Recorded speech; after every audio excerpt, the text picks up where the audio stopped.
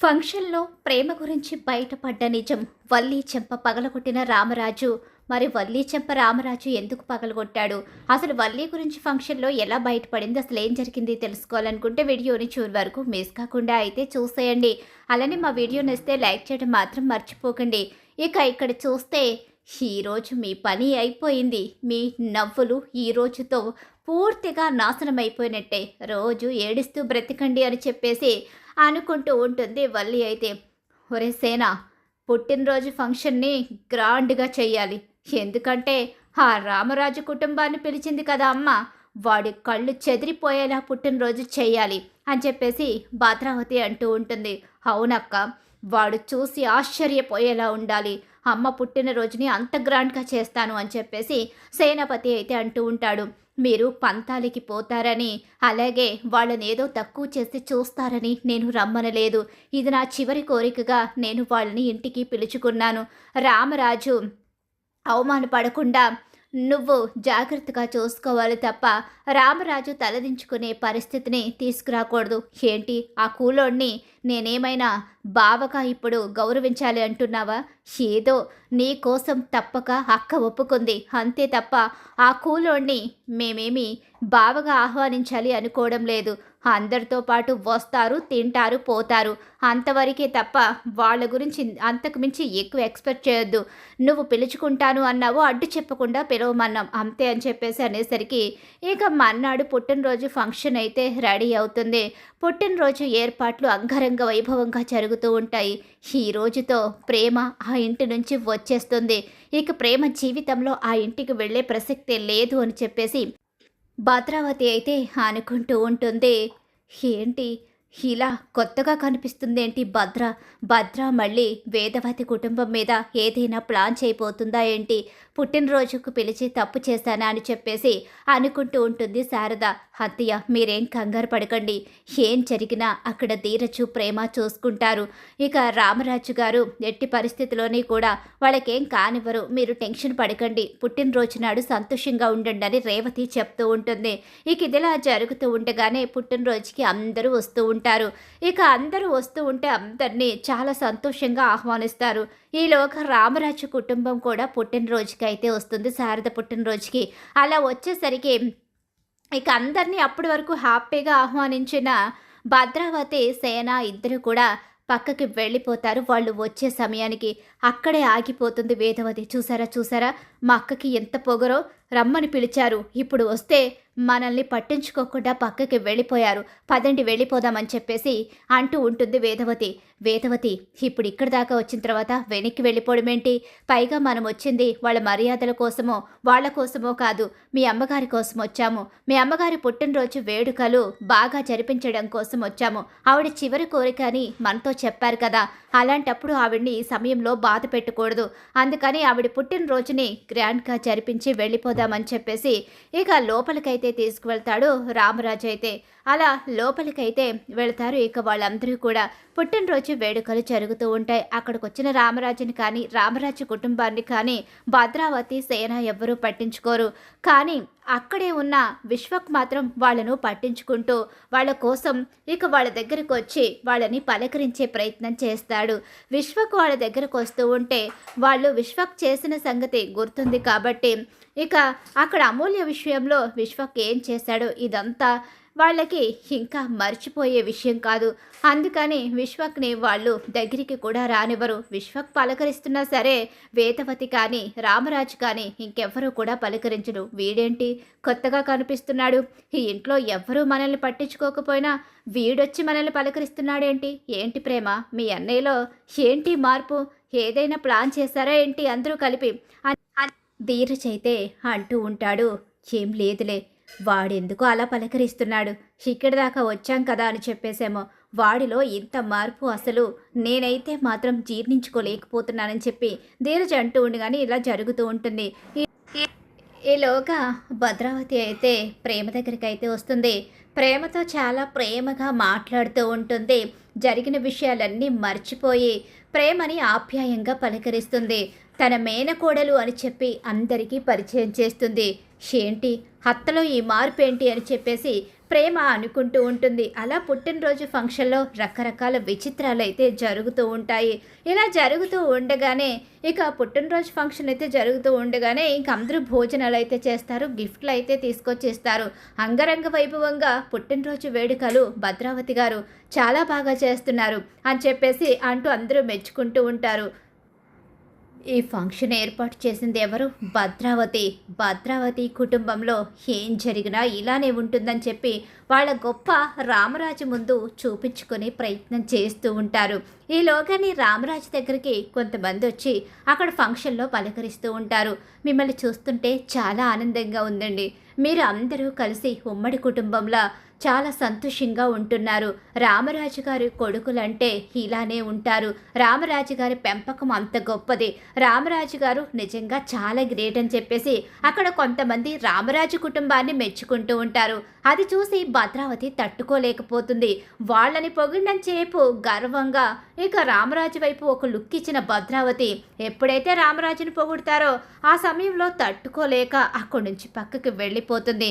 ఈ ప్రేమని ఎలాగైనా సరే ఈరోజు వాళ్ళు చేసిన తప్పు ప్రేమకు తెలిసేలా చేసి ప్రేమని ఇక ఆ ఇంటికి వెళ్లకుండా చెయ్యాలని చెప్పేసి అనుకుంటూ ఉంటుంది. ప్రేమతో మరింత ప్రేమగా మాట్లాడడం మొదలు పెడుతుంది. ప్రేమని దగ్గరుండి తీసుకుని వెళ్ళి భోజనం పెట్టించడం, ప్రేమగా భోజనం వడ్డించడం చేస్తుంది. మేనత్తగా నీకు భోజనం తినిపిస్తానే అని చెప్పేసి ప్రేమని తన వైపు పూర్తిగా తిప్పుకునే ప్రయత్నం చేస్తుంది. ఏంటత్తా ఈరోజు నేను నీకు ప్రేమగా ఎప్పుడు ముద్దలు తినిపించలేదా? నిన్ను ప్రేమగా చూడలేదా అని చెప్పేసి భద్రావతి అడుగుతూ ఉంటుంది. ఎందుకు చూడలేదత్తా? నన్ను అమ్మ కన్నా ఎక్కువగా ప్రేమగా చూసావు, కానీ ఇప్పుడు మాత్రం ఈ ప్రేమ అంటే నీకు నచ్చదు కదా అని చెప్పి అంటూ ఉండగానే ఎందుకు నచ్చదే? నువ్వు ఆ పెళ్లి చేసుకున్నావనే బాధ తప్ప నీ మీద నాకు ఎలాంటి కోపమూ లేదు అని చెప్పేసి అంటూ ఉంటుంది భద్రావతి. నువ్వు నన్ను ప్రేమగా చూసినట్టే అత్తని అలాగే నా కుటుంబాన్ని నా భర్తని కూడా ప్రేమగా చూస్తుంటే ఈరోజు మన కుటుంబాల మధ్య ఇలాంటి గొడవలు ఉండవు కదత్తా. ఏంటే నీతో ప్రేమగా మాట్లాడుతున్నానని చెప్పి నీ కుటుంబాన్ని కలిపేద్దామని చూస్తున్నావా? ఆ రామరాజు గాడి మీద ఉన్న పగ నాకెప్పటికీ తీరదు. ఎందుకంటే ఆ కూలోడు నా చెల్లెల్ని పెళ్లి చేసుకున్నాడు. పెళ్లి చేసుకున్న తర్వాత నా తండ్రి చనిపోయాడు. నేను జీవితమంతా ఒంటరిగా మిగిలిపోయాను. అలాంటప్పుడు ఆ కూలోడి మీద పగ నేనెలా చంపుకుంటాను? అది జరగని పని. నీకు కూడా మోసం జరిగిందని నాకు అర్థమవుతుంది. నీ విషయంలో అసలు వాడు నిన్ను ప్రేమించలేదని, నీది బలవంతం పెళ్ళని అర్థమైంది. ఇదంతా నీకెలా తెలుసు? ఇదంతా ఎలా తెలుసో పక్కన పెడితే పిచ్చిదానా, అక్కడ జరిగింది వేరు, నువ్వు చూసింది వేరే. నీకు తెలిసింది మాత్రం నీ మేనత్త, నీ చిన్న మేనత్త వేదవతి నిన్ను కష్టంలోంచి కాపాడి తన చిన్న కొడుకుతో తాళి కట్టించి నీ జీవితాన్ని, మన కుటుంబ పరువుని కాపాడిందని నువ్వనుకుంటున్నావు. నీ మేనత్త నీ మీద, నా మీద, మన కుటుంబం మీద పగ తీర్చుకోవడం కోసమే చిన్న కొడుకుని పంపించి దొరికిన అవకాశాన్ని వినియోగించుకుని ఈరోజు మన కుటుంబం మీద పగ తీర్చుకుంది వేదవతి. అత్త, నువ్వెవరి గురించి మాట్లాడుతున్నావో తెలుసా? తను ఎవరో కాదు, నీ చెల్లెలు. నాకు మేనత్త. నీ పెంపకంలోనే కదా నీ చెల్లెలు కూడా పెరిగింది. అవునవును, నా పెంపకంలోనే పెరిగి ఆ కూలోని పెళ్లి చేసుకుని నా తండ్రి గుండెల మీద తన్ని వెళ్ళిపోయింది. ఈరోజు నా తల్లి కోరికను కాదనలేక రమ్మన్నాను. నా మేనకోడల్ని తన వైపు లాక్కొని తన కొడుకు జీవితాన్ని చక్కగా చక్కదిద్దుకొని నా కుటుంబాన్ని మాత్రం నాశనం చేసింది అని చెప్పేసి అంటూ ఉండగా, లేదు అత్త చాలా మంచిది, మన కుటుంబం కోసం ఆలోచించి ఇదంతా చేసింది. పిచ్చిదానా, నీకు అర్థం కావడం లేదు. అదంతా ప్లాన్ ప్రకారమే చేసింది. ఒక్కసారి జరిగిందంతా ఊహించుకుంటే నీకే అర్థమవుతుంది. వాడు నీ దగ్గరకు వచ్చి బలవంతంగా నీ మెడలో తాళి కట్టేశాడు. ఆ తర్వాత జరిగిన విషయాలన్నీ నీకు తెలుస్తున్నాయా? ఎన్ని తెలిసినా ధీరజు ఆ రోజు నా ప్రాణాన్ని, నా మానాన్ని కాపాడాడు. అత్త మన జీవితాల్ని కాపాడింది. ఈ విషయంలో ఎవరు ఎన్ని చెప్పినా నేను మారే ప్రసక్తే లేదు అంటే ప్రేమ నీకు అర్థం కావడం లేదా? అసలు వాళ్ళు చేస్తున్న కుట్రేంటో నీకు ఇంకా తెలియకపోతే ఎలాగా? నీకు కళ్ళు మూసుకుపోయాయే. ఆ ధీరజ్ గాడి మీద ఉన్న ప్రేమ ఈరోజు నీకు ఏ నిజాన్ని తెలియకుండా చేస్తుంది. ఆ రోజు వాళ్ళు చేసింది తప్పులా నీకు అనిపించడం లేదు. నువ్విక ఆ ఇంటికి వెళ్ళడానికి లేదు. ఇన్ని నిజాలు తెలిసిన తర్వాత కూడా నువ్వు ఆ ఇంటికి ఎలా వెళతావు? నేనెలా వెళ్ళనిస్తాను? మీది ప్రేమ పెళ్ళి అని, నిజంగానే వాడిని నువ్వు ప్రేమించి పెళ్లి చేసుకున్నావని ఇంతకాలం దూరంగా ఉండిపోయాము. ప్రేమ పెళ్లి కాదు, బలవంతం పెళ్ళని తెలిసిన తర్వాత నేను పోలీస్ కంప్లైంట్ ఇచ్చి నిన్ను నా ఇంటికి తెచ్చుకుంటాను. ఇవ్వత్తా? పోలీస్ కంప్లైంట్ ఇచ్చి నీ మేనకోడలు పరువుని పోలీస్ స్టేషన్లో పెట్టు. అప్పుడు నీ మేనకోడలే నీకు లేకుండా పోతుంది. ఏంటే ఏమంటున్నావు? అవును, నువ్వు ఎలా తెలుసుకున్నావో నాకు తెలియదు, కానీ నేను మాత్రం ధీరజ్ నుంచి వచ్చే ప్రసక్తే లేదు అని చెప్పేసి ప్రేమ అక్కడి నుంచి వెళ్ళిపోతుంది. నువ్వు ఇలా చెప్తే రావే, ఆ రామరాజునే నిలదీస్తాను. ఆ రామరాజు నిలదీస్తే అప్పుడు నువ్వు చచ్చినట్టు ఇక్కడే ఉండిపోతావు అని చెప్పేసి ఇక వాళ్ళు పుట్టినరోజు ఫంక్షన్ అయ్యి వెళ్ళిపోతూ ఉండగానే రామరాజుని చిటికలు వేసి మరీ ఆపుతుంది. ఏంటి భద్రావతి, ఇప్పటిదాకా బాగానే ఉన్నావు కదా? అంటే పుట్టినరోజు ఫంక్షన్ అయిపోయింది, అవసరం తీరిపోయిందని చెప్పేసి చిటికలు వేసి నీ పొగరని చూపించాలి అనుకుంటున్నావా? కాదు, నీ కుటుంబంలో నా మేనకోడలికి జరిగిన అన్యాయం గురించి చెప్పాలి అనుకుంటున్నాను అని చెప్పి అంటూ ఉండగానే, ఏంటి అన్యాయం? నీ మేనకోడలికి ఏం అన్యాయం జరిగింది? నా కొడుకు ధీరజు తనని ప్రాణంగా చూసుకుంటున్నాడు. అలాగే అక్కడ ఉన్నది నీలాగే తన మేనత్త, కాబట్టి తనని కూతుర్లా చూసుకుంటుంది. మిగిలిన వాళ్ళందరూ కూడా తనకి ఎంతో విలువ ప్రేమని పంచుతున్నారు.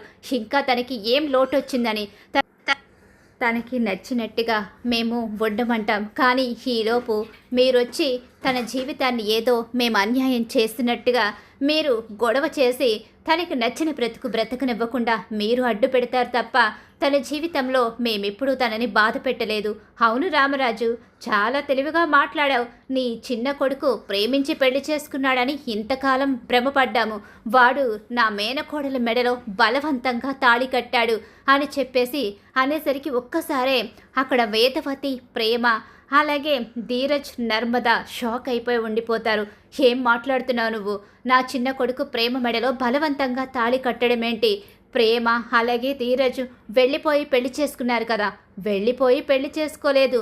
నీ భార్య పెళ్లి చేసి వాళ్ళిద్దరిని ఇక్కడికి తీసుకొచ్చింది అని చెప్పేసి అంటూ ఉంటుంది భద్రావతి. ఏంటి బుజ్జమ్మ, ఏమంటుంది మీ అక్క? నువ్వు పెళ్లి చేసి తీసుకురావడం ఏంటి? వాళ్లే కదా ప్రేమించి పెళ్లి చేసుకున్నారు. మా అక్క అలానే మాట్లాడుతుందిలేండి, ఏదేదో మాట్లాడుతుంది. ఇక్కడ గొడవ రేపడానికి తన నోటికొచ్చినట్టు మాట్లాడుతుంది. పదండి వెళ్ళిపోదామని చెప్పేసి అంటూ ఉండగానే, ఏంటి వేదవతి, నిజాలు బయటపడిపోతాయని నీ భర్తను తీసుకు వెళ్ళిపోతున్నావా? ఈ నిజాలు ఆల్రెడీ బయటపడిపోయాయి. అయినా దీనికెలా నిజం తెలిసింది? నిజం తెలిస్తే మేనకోడలు జీవితం ఏమైపోతుందో, మేనకోడలు జీవితాన్ని ధీరజ్ కాపాడాడని కనీసం కృతజ్ఞత కూడా లేకుండా ఇలా మాట్లాడుతుందేంటి అని చెప్పేసి అంటూ ఉండగానే ఈలోగా అలా వేదవతి అనుకుంటూ ఉంటుంది, ఏంటి మాట్లాడవేంటి? వాళ్ళ పెళ్ళి ఎలా జరిగింది నువ్వు చెప్తావా, నన్ను చెప్పమంటావా అని చెప్పి అంటూ ఉండగానే ఈలోగా ఇక వేదవతి అయితే, ఏం మాట్లాడుతున్నావు నువ్వు? పిచ్చుగాని పట్టిందా? ప్రేమ జీవితంలో ఏం జరగలేదు. ఈ విషయాల గురించి ఇంతకు మించి మాట్లాడుకు, మేం వెళుతున్నామని చెప్పేసి వెళ్ళిపోబోతూ ఉండగానే ఆ వీడియోని అందరికీ చూపిస్తుంది. అలా చూపించేసరికి అక్కడికి గబగబా నర్మద వస్తుంది. తన చేతిలో ఫోన్ తీసుకుని ఆ వీడియోని చూస్తుంది. ఆ వీడియోని చూసిన నర్మద ఆ వీడియోని భద్రావతి ఫోన్కి ఎవరు షేర్ చేశారో కూడా చూసి షాక్ అయిపోయి ఉండిపోతుంది. అత్తయ్య, ఇదంతా జరిగింది ఎవరి వల్లో కాదు, మీ పెద్ద కోడలు వల్లి వల్లే. వల్లి ఎలా తెలుసుకుందో నాకు తెలియదు. అంటే ఆ రోజు మనం మాట్లాడుకున్న మాటలు వల్లి వినేసింది. ఆ రోజు వినలేనట్టుగా నటించింది తప్ప తను ఏమీ వినలేదని మనల్ని నమ్మించింది. ఆ రోజు మాటలన్నీ వినేసి మోపుదేవులో ఏం జరిగిందో అన్ని వివరాలు తెలుసుకుని ఆ వీడియోని సేకరించి భద్రావతికి పంపించి ఆవిడ్ని రెచ్చగొట్టింది అత్తయ్య అని చెప్పేసి అంటూ ఉండగా, ఏం మాట్లాడుతున్నావే నువ్వు? అసలు ఇదంతా ఏంటి అని చెప్పేసి అడుగుతూ ఉండగానే, ఇదంతా వల్లీయే చేసింది. వల్లి కారణంగానే ఈరోజు ప్రేమ గురించి నిజం బయటపడిపోయింది అని చెప్పేసి అనేసరికి ఒక్కసారే షాక్ అయిపోయి ఉండిపోతుంది వేదవతి. ఏం మాట్లాడవేంటి? ఇప్పుడు చెప్పు, ఏం జరిగిందో నీ భర్తకి చెప్తావా, నన్ను చెప్పమంటావా అని చెప్పి భద్రావతి అంటూ ఉండగానే, నోరు మూసుకుని ఉంటే బాగుంటుంది, లేకపోతే అక్కవని కూడా చూడను. నా కోడలి పరువు తీయాలని చూస్తే నేను ఊరుకునే ప్రసక్తే లేదు. అసలు ఏం జరిగింది అక్క? ఇక్కడేం జరుగుతుంది? నా కూతురు ప్రేమ విషయంలో మీ ఇద్దరు వాదించుకుంటున్నారు, అసలేం జరిగిందో చెప్పక్క అని చెప్పి అనేసరికి వీడియోని చూపించేసరికి ఇక ప్రేమ కళ్యాణ్ని ప్రేమించి మోసపోవడం, అలాగే అక్కడ పోలీసులు ప్రేమ కోసం రావడం, ధీరజు ప్రేమ మెడలో తాళి కట్టడం, ఇదంతా కూడా ఇక అందరి ముందు బయటపడిపోతుంది. రామరాజు షాక్ అయిపోతాడు. బుజ్జమ్మ ఇదంతా అవునండి, నన్ను క్షమించండి. ఈ నిజం మీకు చెప్పలేకపోయాను. ఎందుకంటే ఈ నిజాన్ని మీరు తెలుసుకుంటే పెళ్లి విషయంలో నేను తప్పు చేశాను అనుకుంటారేమో అని. కానీ నేను తప్పు చేయలేదు. ఒక ఆడపిల్ల జీవితం నాశనం కాకుండా కాపాడాను. నా మాటని కాదనలేక నా చిన్న కొడుకు ఆ రోజు ఇష్టం లేకపోయినా ప్రేమ మెడలో తాళి కట్టాడు. ఒక ఆడపిల్ల జీవితం నాశనమైపోతే తన కుటుంబం పరువు పోతుంది. ఆ కుటుంబం ప్రాణాలు తీసుకోవడానికి కూడా సిద్ధపడుతుంది. అది నా పొట్టిల్లా మెట్టినిల్లా పక్కన పెడితే అది ఒక ఆడపిల్ల జీవితం. కాబట్టి తన భవిష్యత్తు నాశనం కాకూడదని ఆ రోజు మోపుదేవులో నా చిన్న కొడుకు చేత తాళి కట్టించాను. నేను తప్పు చేయలేదనే అనుకుంటున్నాను. నిజం చెప్పకుండా దాచిపెట్టడం మాత్రమే నేను చేసిన తప్పు, అంతకు మించి నేనే తప్పు చేయలేదండి అని చెప్పేసి అంటూ ఉంటుంది వేదవతి. అవును వేదవతి, నువ్వే తప్పు చేయలేదు, కానీ నా దగ్గర దాచిపెట్టి తప్పు చేసావు. నువ్వు నీ మేనకోడలి జీవితాన్ని కాపాడి మేనకోడలి పరువు పోకుండా కడుపులో పెట్టుకుని దాచుకున్నావు. కానీ ఈ భద్రావతి మాత్రం మేనకోడలి జీవితాన్ని ఇన్ని రోజుల తర్వాత అందరి ముందు బయటపెట్టి తన మేనకోడలి పరువుని, తన కుటుంబం పరువుని తానే తీసుకుంటుంది. అసలు ఈ భద్రావతి మనిషేనా ఏంటి రామరాజు? చాలా ఎక్కువగా మాట్లాడుతున్నావు. నీ కుటుంబంలో వాళ్ళు కడుపులో పెట్టుకున్నారా? అవును, నా కుటుంబంలో బుజ్జమ్మ అలాగే ధీరజ్ ఇద్దరు కూడా ప్రేమ విషయాన్ని దాచిపెట్టి ప్రేమ జీవితం నాశనం కాకుండా కాపాడారు. నా కుటుంబంలో ఎవ్వరూ కూడా ఇంకొకరి జీవితం నాశనం కావాలని కోరుకోరు. అందుకే రామరాజు కుటుంబం ఇంతగా గొప్పగా నిలబడింది. ఉమ్మడి కుటుంబంగా రామరాజు కుటుంబం ఉంది. రామరాజు కుటుంబంలో వాళ్ళు ఎప్పుడూ తప్పు చేయరు అని చెప్పి అంటూ ఉండగానే, ఏంటి ఈ వీడియో ఎలా వచ్చిందనుకుంటున్నావు? నా మేనకోడలి జీవితాన్ని నాశనం చేయడానికి నీ పెద్ద కోడలే ఈ వీడియోని సేకరించి నా చేతికిచ్చి కావాలనే వేదవతి నా మేనకోడలి జీవితంతో ఆడుకుంది. అవకాశం చూసి తన మెడలో తన చిన్న కొడుకు చేత తాళి కట్టించుకుంది అని చెప్పేసి చెప్పింది ఎవరో కాదు, నీ పెద్ద కోడలు వల్లి అని చెప్పేసి మొత్తం నిజాలన్నీ బయట పెట్టేసరికి అక్కడే ఉన్న భాగ్యం ఆనందరావుకి పెద్ద షాక్ ఎదురవుతుంది. ఒక్కసారి అందరూ వల్లి వైపు చూస్తారు. అప్పటి వరకు జరుగుతున్న సీన్ అంతా ఎంజాయ్ చేస్తున్న వల్లికి పెద్ద షాక్ ఎదురైపోయి అలా ఉండిపోతుంది. ఏంటి ఇదంతా చేసింది నువ్వా? ఒక ఆడపిల్ల జీవితాన్ని బయట పెట్టడానికి అసలు నీకు కొంచెమైనా సిగ్గులేదా? ఎలా ఉంటుంది నాన్న? వల్లి ఎప్పుడు ఇలానే చేస్తుంది. వల్లి మోసాలు చేయడం, అబద్ధాలు చెప్పడమే కాదు, ఆడపిల్లల బ్రతుకులతో ఆడుకుంటుంది. ఎందుకంటే మన అమూల్య పెళ్లి విషయంలో కూడా విశ్వక్ని అమూల్యని కలపడానికి ట్రై చేసింది కూడా వల్లియే. ఈ విషయం తెలిసి వల్లిని వదిలేస్తే కడుపు నాటకాన్ని అడ్డు పెట్టుకుని వచ్చి లేని కడుపుని ఉందని నమ్మించి మోసం చేసిందని చెప్పేసి అక్కడికక్కడే చందు అయితే వల్లి గురించి నిజాలన్నీ బయట పెట్టేస్తాడు. వల్లి చెంప రామరాజు పగల కొడతాడు. చిచి, నా ఇంటి పెద్ద కోడలి, నా ఇంటి దేవతవి అని అనుకున్నాను, కానీ పెద్ద కోడలే కురువు పెట్టే కోడలని నేను అసలు ఊహించలేదు. నువ్వు ఇన్ని కుట్రలు చేసి ఆడపిల్లల భవిష్యత్తుతో ఆడుకుంటావా? ఇటు నా చిన్న కోడలు, అటు నా కూతురు జీవితాన్ని కూడా నాశనం చేయాలని చూస్తావా? అసలు ఇలా చెయ్యాలని నీకెలా అనిపించింది? వాళ్ళమ్మ మాటలు విని వాళ్ళమ్మ చెప్పిన బాటలోనే నడుస్తుంది. వాళ్ళమ్మ మన ఆస్తిని అంతస్తుని సొంతం చేసుకుని తన కూతురు మాత్రమే గొప్పగా బ్రతకాలని కోరుకుంటుంది. వాళ్ళమ్మ చెప్పినట్టు చేస్తూ నన్ను, మన కుటుంబాన్ని మోసం చేస్తూ వచ్చిందని చెప్పేసి చందు చెప్పేసరికి ఇంకొక్క క్షణం కూడా నువ్వు కానీ, మీ అమ్మ కానీ, మీ నాన్న కానీ నా కళ్ళ ముందు కనిపించడానికి లేదు. భద్రావతి, నీకు కూడా చెప్తున్నాను, నా కోడలి జీవితాన్ని రోడ్డుపాలు చేసి తన బ్రతుకుని బయట పెట్టాలని చూస్తే ఊరుకోను. మొన్నటి వరకు తను నీ మేనకోడలు కావచ్చు, ఇప్పుడు తను నా చిన్న కోడలు. కాబట్టి నా కోడలి విషయంలో ఏదైనా సరే నువ్వు బయట పెట్టి పరువు తీయాలని చూస్తే ఈ రామరాజు నిన్ను క్షమించడు. క్షమించే ప్రసక్తే లేదు. నా కోడలి విషయంలో నా భార్య మంచే చేసింది. తను ఏ తప్పు చేయలేదు. నా కొడుకు గొప్పవాడు కాబట్టే నీ మేనకోడలి మెడలో తాళి కట్టి గొప్పగా తనని చూసుకుంటున్నాడు. ఇప్పటికైనా బుద్ధి తెచ్చుకో అని చెప్పేసి ఇక రామరాజు అయితే భద్రావతికి షాక్ ఇస్తాడు. ఇక వీళ్ళు మాత్రం మన ఇంటి గడప తొక్కడానికి లేదు, వల్లి ఎప్పటికీ కూడా మన ఇంట్లోకి రావడానికి లేదు. నా పెద్ద కొడుకు అమాయకుడైన నా పెద్ద కొడుకు జీవితంలోకి మంచి అమ్మాయి వచ్చింది, మంచి కుటుంబం అని చెప్పి అనుకున్నాను. కానీ నా పెద్ద కొడుకు జీవితాన్ని నాశనం చేయడానికి అడుగుపెట్టిందని ఊహించలేకపోయాను. ఇంకెప్పుడు మన ఇంటికి రావడానికి లేదు. ఈ ఇంటి గడప తొక్కితే ఆ తర్వాత పరిస్థితులు ఎలా ఉంటాయో మీరు ఊహించలేరు అంటూ రామరాజు పెద్ద షాక్ ఇస్తాడు వల్లికి. అలా వల్లి చెంప పగులుద్ది. ఇక పెద్ద షాక్ ఎదురవుతుంది వల్లి, భాగ్యం అలాగే ఆనందరావుకి. మరి ఖచ్చితంగా రాబోయే కథలో ఇలా అయితే జరగబోతుంది. ఇలానే జరగాలని మీరు కోరుకుంటున్నారా? అయితే వీడియోని తప్పకుండా లైక్ చేసేయండి. మీరు ఇచ్చే ఒక లైక్ సపోర్ట్ అండ్ ఎంకరేజ్మెంట్గా ఉంటుంది.